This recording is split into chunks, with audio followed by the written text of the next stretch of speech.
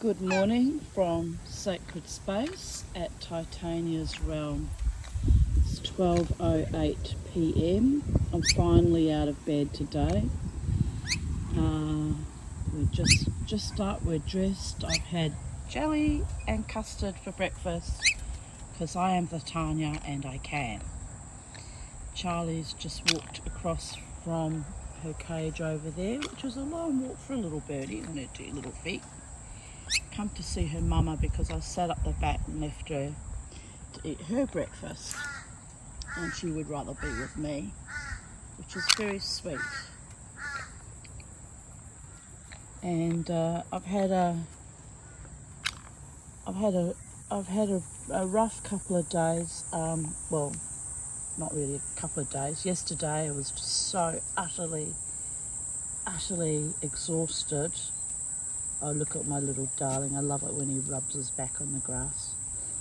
I was so utterly exhausted from my frenzy of activity the day before, where I made an ebony stand and finished off a spoon to make a back burning incense burner. And I also replaced some thinner copper pipe in my jewellery shop display, my canteen. It's funny, it's so funny. I'm manifesting a shop when I haven't sold any jewellery. It's a bit nuts, isn't it? But anyway, I'm still carrying on making things when I have the motivation and the energy and the will.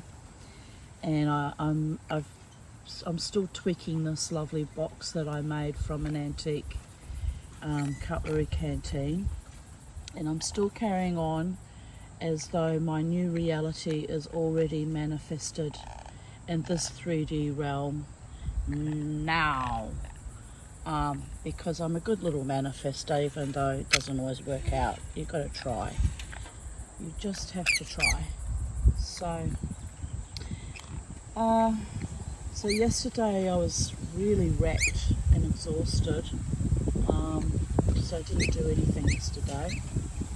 Just sort of plotted around the house.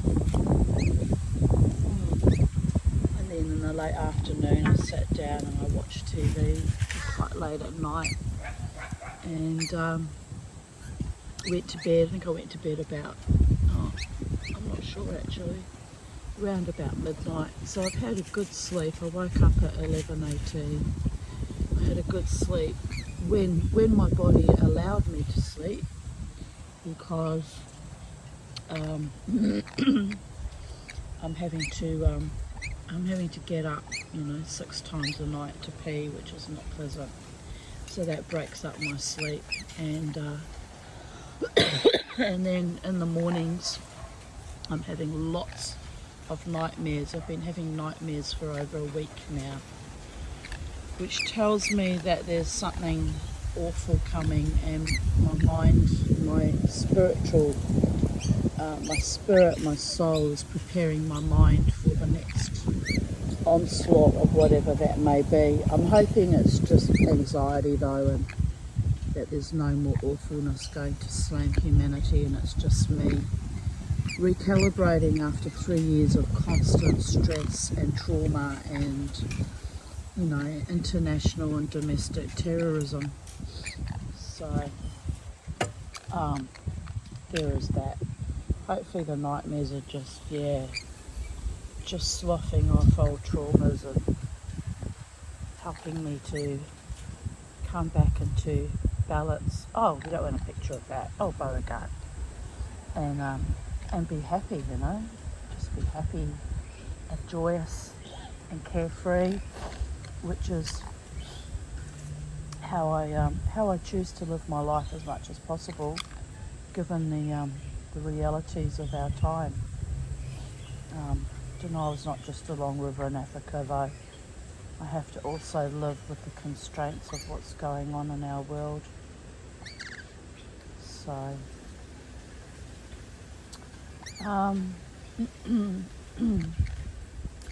anywho, can't think what else to say now. Yeah, the nightmare was about my former marital home being on fire and me calmly walking in and out, getting my kids out of the house.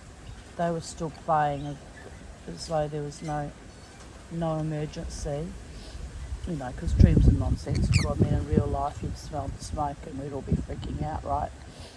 But they were very calm, and I just ushered them out of the house, and then I kept going back in to get, you know, at least a change of clothing for each of us, and went back in for some jewellery, which I thought was interesting, and said something to my ex-husband about, you know, the house is actually on fire, you know, sit here.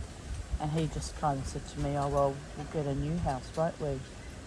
So, typical stupidity even in the dream state.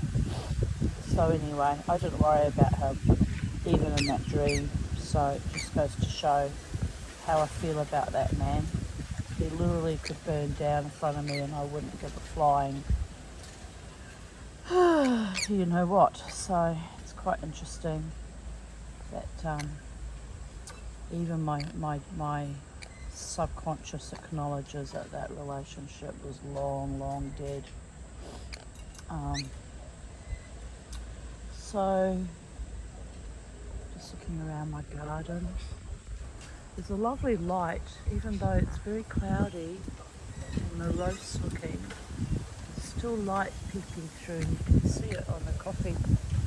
The coffee tree is almost sparkling with energy. So it must be getting a little ray of sunshine from above. Yes, it is. It's just beautiful. And the lime tree is happy too. But these guys over here are still in the shade, still in the grey, under the grey clouds. But yes, it's all very lovely. So nightmares or no nightmares, I really do have a magical, beautiful place to live, and my magical, beautiful doggy, and my exquisite and charming and enchanting bird Charlie, and my own self to get through the next however many years the gods allot me on this planet. So I'll be 58 in April. That's 4 months away. Actually, no. Oh yes, it's still 4 months away. 3.5 months away. Because we're nearly